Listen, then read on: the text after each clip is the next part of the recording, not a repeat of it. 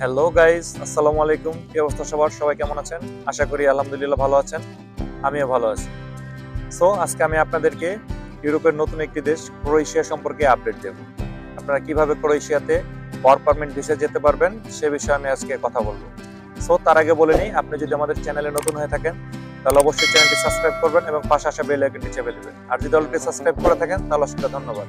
So দেরি না করে চলুন শুরু করা যাক আজকের ভিডিওটি। ক্রোয়েশিয়া এটি সদ্য সেনজেনে প্রবেশ করা একটি দেশ। আই থিঙ্ক 1 বছর যাবত এটা সেনজেনের অন্তর্ভুক্ত হয়েছে। এর আগে ভিসা রেশিওটা অনেক ভালো ছিল, 100-100 ছিল, বাট এখন 97, 98, 99% এরকম একটা। সো আমি আজকে আপনাদেরকে বলবো কি কি কাজে ক্রোয়েশিয়ার চাহিদাগুলো সবচেয়ে বেশি। সেটা হতে পারে কনস্ট্রাকশন, সেটা হতে পারে আপনার রেস্টুরেন্ট জব, সেটা হতে পারে কোনো ওয়ার্কার, আই মিন লেবার, সাধারণ যে লেবারগুলো থাকে তারা, অ্যান্ড দেন সেটা হতে পারে কোনো হোটেল বয়, অ্যান্ড দেন সেটা হতে পারে কোনো ভেজিটেবল আর ফুড পিক আপ। এইসব ক্যাটাগরিতে মোটামুটি ভালো ভিসা হচ্ছে। তো তার আগে বলে নেই, আপনারা ভিসার জন্য কি ভাবে আবেদন করবেন, কোন ভাবে আবেদন করলে আপনার ভিসাটা একজ্যাক্টলি হয়ে যাবে সে বিষয়ে আমি আজকে এখন কথা বলবো। সেটা হচ্ছে লাস্ট 6 মান্থ থেকে আমরা দেখতে পাচ্ছি ক্রোয়েশিয়ার ভিসা রেশিওটা দিন দিন কমে যাচ্ছে। তার রিজনটা কি? কমে যাওয়ার রিজনটা হচ্ছে এটাই, সেটা হচ্ছে আমরা যারা মধ্যপ্রাচ্য বা বাংলাদেশ থেকে ওয়ার্ক পারমিটের জন্য যেসব ডকুমেন্টসগুলো লাগে সেগুলো অনেকে ফেক দিয়ে থাকি।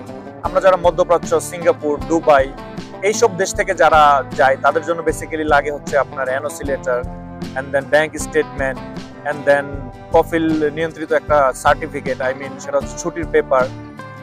এইগুলো বেসিক্যালি সেই জিনিসগুলো আমরা কি করি, আমরা নিজেরাই নিজেদের মতো করে বানিয়ে কোনো একটা এজেন্সির মাধ্যমে আমরা আবেদন করি। দেখা যাচ্ছে এজেন্সি এই ডকুমেন্টসগুলো নিজেরা নিজেদের মতো করে বানিয়ে দেয়, যার জন্য এটা যাচাই বাছাই করার সময় এটা রিজেক্ট হয়ে যায়। অ্যান্ড দেন কিছু জটিলতা থাকে, সেটা হচ্ছে আপনার অ্যাপয়েন্টমেন্ট পাওয়া। অ্যান্ড দেন ক্রোয়েশিয়ার যে ব্যাপারটা সেটা হচ্ছে পোল্যান্ডের তুলনায় একটু লেন্দি সময়, একটু লেন্দি আর কি প্রজেক্ট। সেটা হচ্ছে কি, যেমন এটা হচ্ছে এরকম যে আপনি যদি পোল্যান্ডের ওয়ার্ক পারমিটের জন্য আবেদন করেন সেটা দেখা যাচ্ছে বেসিক্যালি 2-3 মাস, ইনশাল্লাহ এর ভিতরে একটা রেজাল্ট চলে আসে। বাট আপনি যদি ক্রোয়েশিয়ার জন্য আবেদন করতে যান সেটা মিনিমাম 6-7 মাস, 8 মাস লেগে যায়। তো যার জন্য ক্রোয়েশিয়ার ভিসাটা একটু দেরি হয়, বাট এটা রেশিও অনেক ভালো, অনেক ভালো। তো চলুন এবার 2 নাম্বার যে রিজনটা থাকে ভিসা রিজেক্ট হওয়ার সেটা নিয়ে কিছু আলোচনা করা যায়। সেটা হচ্ছে বেসিক্যালি কি, ক্রোয়েশিয়া সেটাও একটা সেনজেনভুক্ত দেশ, এটাও একটা ইউরোপিয়ান কান্ট্রি, একটা ইউরোপিয়ান ইউনিয়নের সদস্য।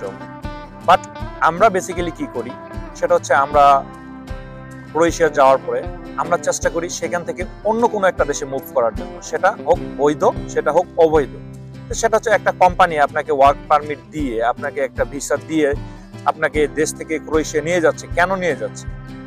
কাজ করার জন্য নিয়ে যাচ্ছে। বাট আমরা কি করতেছি, আমরা ওইখানে যাওয়ার পরে আমরা ওই দেশ থেকে পালিয়ে কেউ ইটালি, কেউ পর্তুগাল, কেউ বা স্পেন, কেউ বা ফ্রান্স, কেউ অন্য কোনো দেশে মুভ করতেছি। তো যার জন্য এখন বর্তমানে যে কোম্পানিগুলো আপনার ওয়ার্ক পারমিটের ইস্যু করে, যারা ভিসাগুলো দেয়, তো তারা এখন কি করে, খুব সতর্কতার সহিত এখন তারা গ্যারান্টি লেটার নামে একটা অপশন আছে বা একটা লেটার আছে, তারা নতুন একটা সিস্টেম চালু করেছে। এই গ্যারান্টি লেটারটাও তারা প্রোভাইড করে, তাদেরকে দিতে হবেই, মাস্ট। তারা প্রোভাইড করবে যেই ক্যাটাগরিগুলো থাকবে সেই গ্যারান্টি পেপারগুলোতে আপনাদেরকে সেই জিনিসগুলো ফিল আপ করে দেন তাদের কাছে জমা দিতে হবে, যাতে আপনি ওই দেশ থেকে অন্য কোনো দেশে বা ইউরোপের অন্য কোনো, যেমন ফ্রান্স, ইটালি, অন্য কোনো দেশে মুভ করতে না পারে। তো দেখা যাচ্ছে 2 নম্বর রিজনটা হচ্ছে এটাই, সেটা হচ্ছে আমরা ক্রোয়েশিয়া গিয়ে ওইখান থেকে পালিয়ে বৈধভাবে অবৈধভাবে অন্য দেশে চলে যাই।